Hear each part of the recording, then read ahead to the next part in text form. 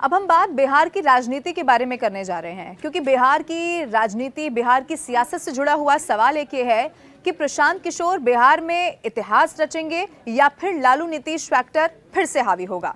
देखिए, चुनावी रणनीतिकार से नेता बने प्रशांत किशोर 2 अक्टूबर को वेटनरी कॉलेज ग्राउंड में अपनी पार्टी यानी कि जन स्वराज की लॉन्चिंग करने वाले हैं। अब इससे पहले उन्होंने इस बात का दावा कर दिया है कि 2 अक्टूबर का दिन यानी कि कल बिहार की राजनीति के इतिहास का बहुत बड़ा दिन होने जा रहा है। उनकी पार्टी की लॉन्चिंग ऐसे में होगी जब जैसा बिहार में पहले कभी हुई ही नहीं है, उन्होंने दावा किया है। अब प्रशांत किशोर के इस दावे में कितना दम है, इसे लेकर बिहार के सियासी हलके में चर्चा बहुत तेज हो गई है। अब देखिए, दरअसल प्रशांत किशोर पिछले 2 साल से अगर आप देखेंगे तो बिहार के हर जिले में जाकर लोगों को ये बताने की कोशिश कर रहे हैं कि अगर उनकी सरकार बनती है तो वो बिहार को न सिर्फ उसका पुराना जो गौरव है वो वापस लौटा देंगे, बल्कि बिहार देश के तेजी से विकसित होने वाले राज्य में सबसे अग्रणी हो जाएगा, आगे हो जाएगा। अब प्रशांत किशोर ये कहते हैं कि 2 अक्टूबर को पार्टी की स्थापना के दिन जन स्वराज के नेता यानी कि अध्यक्ष, नेतृत्व परिषद और पार्टी के संविधान की घोषणा भी कर दी जाएगी, यानी कि साथ ही लॉन्चिंग के साथ ही उन्होंने स्पष्ट तौर पर यह कह दिया है कि वो ना तो इस दल के नेता होंगे और ना ही नेतृत्व परिषद में वो शामिल होने वाले हैं।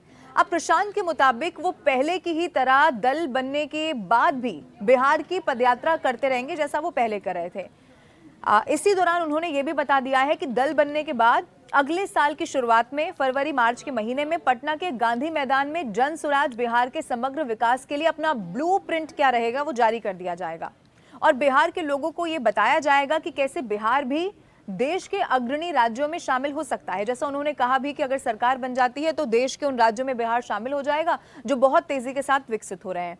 अब बिहार के ही हर एक पंचायत का अलग अलग घोषणा पत्र भी जारी किया जाएगा, इसमें यह भी कहा गया है। देखिए, प्रशांत किशोर तमाम दलों को निशाने पर भी लगातार ले रहे हैं, जिसमें भारतीय जनता पार्टी भी है, और जिस पर हमला बोलते हुए वो ये भी कह देते हैं कि बिहार बीजेपी अध्यक्ष दिलीप जायसवाल को किसी गांव में अगर खड़ा कर दिया जाए तो उन्हें 10 लोग भी पहचान नहीं पाएंगे।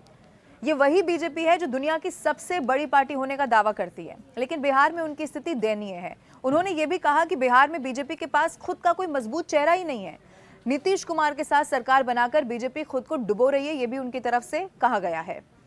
अब देखिए, प्रशांत किशोर मुख्यमंत्री नीतीश कुमार पर भी हमला बोलते हुए नजर आए।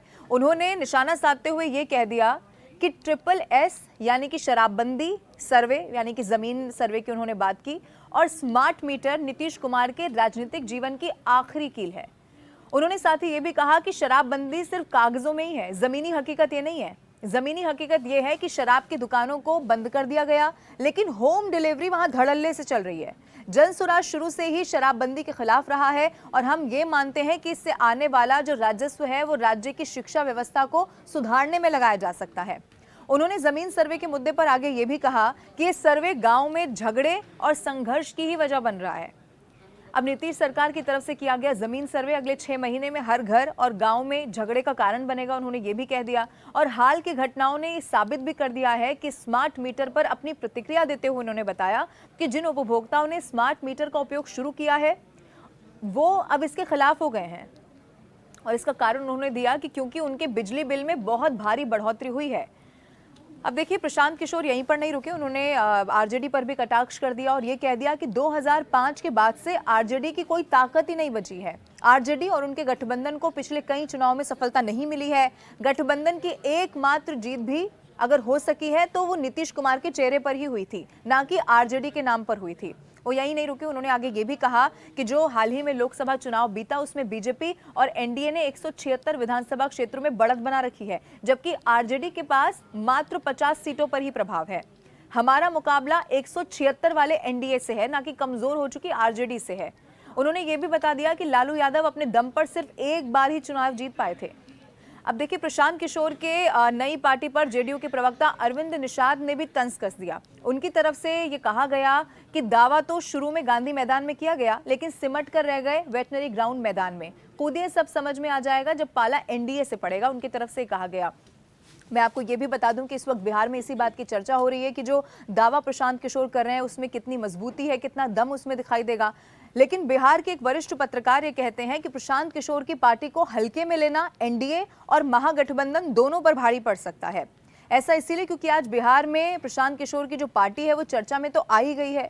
और एक वर्ग ऐसा है जो वर्तमान के राजनीतिक हालात और जाति की राजनीति से बहुत ज्यादा नाराज है। उसका फायदा प्रशांत किशोर को मिल सकता है और इसका फायदा वो लेने की कोशिश भी करने वाले हैं, जैसा वो बार बार दावा भी कर रहे हैं। और उन्होंने हालांकि ये भी कहा कि बिहार का जो पुराना गौरव था हम उसे लौटा देंगे अगर हमारी सरकार बन जाती है। तो वरिष्ठ पत्रकार ये भी कहते हैं कि प्रशांत किशोर बहुत सोच समझकर राजनीतिक चाल चल रहे हैं, जिसका समय रहते काट खोजना होगा। फिलहाल लालू यादव की उम्र हो चुकी है, नीतीश कुमार में भी वो करिश्मा अब दिखाई नहीं देता। बीजेपी नेतृत्व संकट से बिहार में इस वक्त गुजर रही है और जिसकी वजह से प्रशांत किशोर के लिए एक बड़ा मौका इसको माना जा रहा है। तो इसीलिए सवाल यह है कि प्रशांत किशोर क्या बिहार में कोई इतिहास रच देने वाले हैं या फिर पहले की ही तरह जो लालू नीतीश फैक्टर हम हमेशा से देखते हैं वही यहाँ पर हावी होगा। इसके लिए थोड़ा सा इंतजार करना होगा और जिस लेवल पर लॉन्चिंग की प्रशांत किशोर बात कर रहे हैं उसकी तस्वीर क्या देखने को मिलती है वो भी न्यूज़ 18 इंडिया आप तक पहुंचाने की जरूर कोशिश करेगा। ये वीडियो आपको कैसा लगा आप कमेंट करके जरूर बताएं